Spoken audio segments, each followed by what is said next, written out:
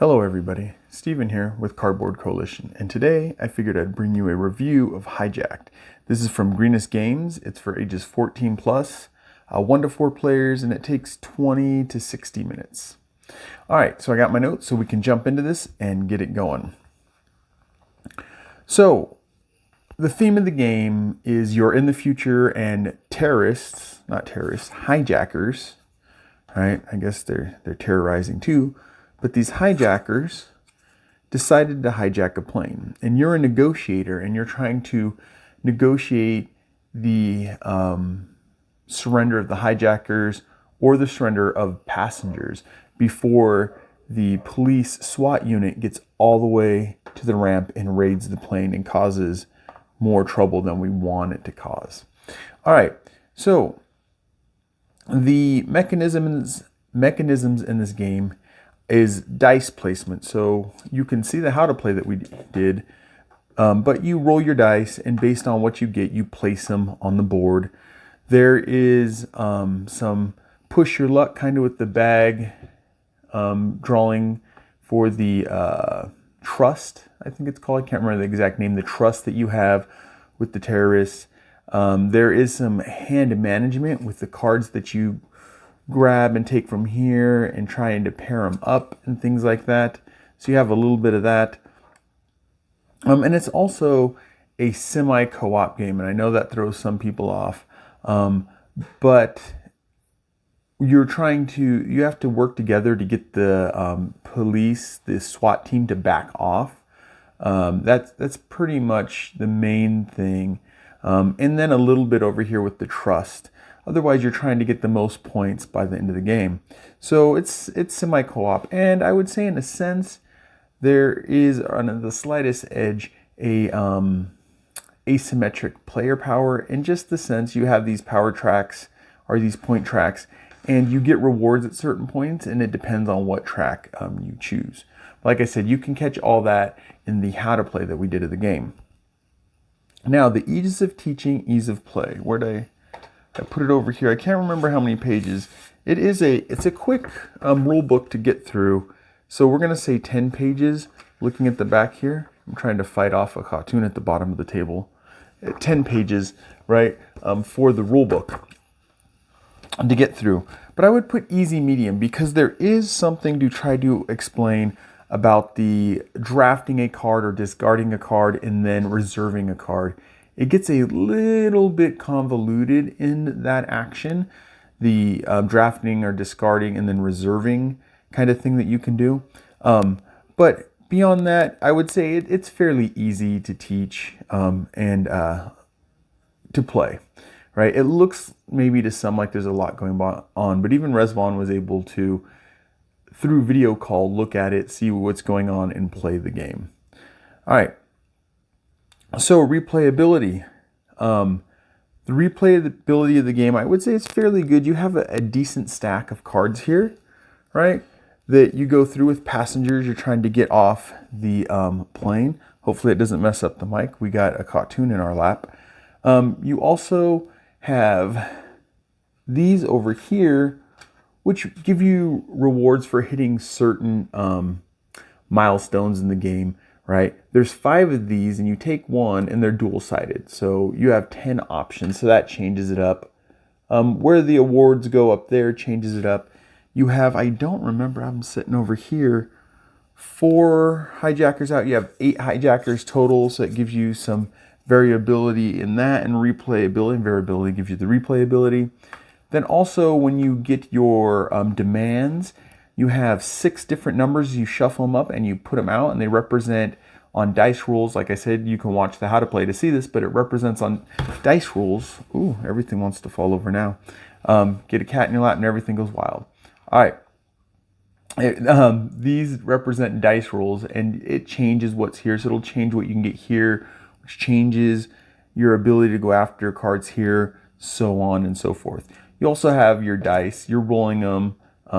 It's going to bring some chance into the game, so you can't always have the a killer strategy that you start off with and you end by winning with that strategy, like your food chain magnet or some of your Euro games where you just have a strategy and your strategy either makes or breaks it. All right, so I would say there's a good replayability. Production value. The cardboard, interestingly, is thin but really thick. It's almost like really thin wood. So I'd say that's really nice. The dice are wooden dice. Some people like wooden dice, some people don't.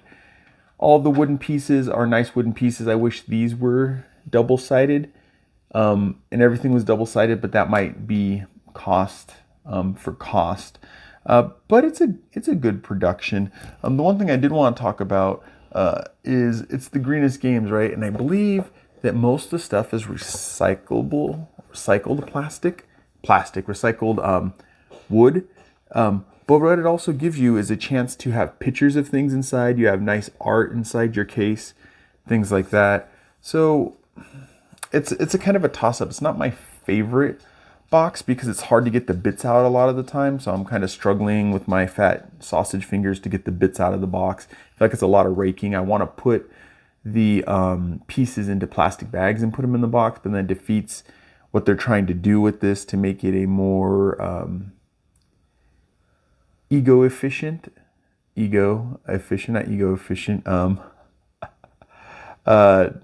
Greenest Games, right? A greener box. So I get that. So I would put the production at good at that with that too.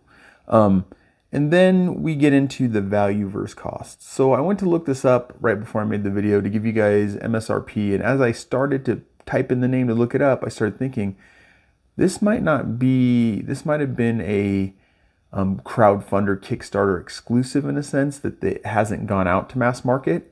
So I had to go off of what I paid there, and it was $55 for it. So at $55, I think it's fair. It's a fair cost. Remember, I'm a cheap SOB, but I enjoy the game. What's been put into the game, the art and the mechanics and stuff, I enjoy it. There is something that gets slightly, maybe it's meant that way and gives you pressures. These guys move up. You're trying to slide them back down, but everyone has to be at the same points to be able to do the thing that slides them back a little bit to give you more time to get more people off the plane. And it gets tricky. We'll just put it that way. It gets tricky. And then people wanting to actually put in over here and do this instead of getting off the plane, it's really kind of forcing you to work together at some points. So it gets a little tricky. But I do think this is a game that kind of needs to be out there and get more people playing it and enjoying it, because I think there is some enjoyment definitely in this game. So at the cost of $55, I'm okay with it. It's fair for what you get and everything and what they're doing. Eco. That's what I was looking for, not ego. Eco-friendly box. Jumping back, sorry. But I think it's fair. It's a fair price for what you get. And I would hope to see this out at stores. I was hoping that maybe some online stores even had some copies. But after doing a little bit of research, I could only find like a 1973 version of the game. Not this game, but a game called Hijacked, but not this game. So anyways, I think it's fair. Now, would I play it again? Yes, I would play it again. I'm still myself working through the getting the passengers off thing and trying to always make sure I've done it right. I've tried the single player, which is there's an AI bot, and it still gets down to this being a little, not convoluted, but tricky, I guess, in a sense, right? And then you have the rule book that could use a little bit more work to explain things a little better, but it's a good rule book. It's not horrible. So yeah, I would definitely play this game again, and I would ask to play it again, but it's finding the right people that might be interested in playing a dice placement or maybe the theme. And the art's great. It's I thought it was D'Amico, and it might be because it's Spanish, which D means the, if I remember right, or it's a form of the. So the Miko's on the box. It's their art. It's fun art. I like their art. Their robots are really cool. People always look a little interesting. The same people do the North Seas and the West Kingdoms, South Tigris stuff. But all right. So yeah, I would play it again, and I would ask to play it again. But remember, these are always games that I buy because there's always that interest that's already there. Like I said, we've done a how to play, so you can look at it and see if this is a game that interests you. I know when I saw the original, looked at how to play it on the Kickstarter site, it interested me. So yeah, of course I would play it again, and I would ask people to play it again. But that is my review of Hijacked by Greenest Games. I hope you guys enjoyed. Help us grow the coalition by liking, commenting, subscribing, hitting the bell notification. There might be other things I don't remember, but all those YouTube things. And I'll catch you in the next one. Bye. Oh, Cartoon, do you not realize when a video is being made? No, you just want the pets. You want the attention. I know. Meow. Meow for the attention. It's not the attention you want. All right, you got to get up because I need to clean up and put the stuff away. Zerp. There goes the cat.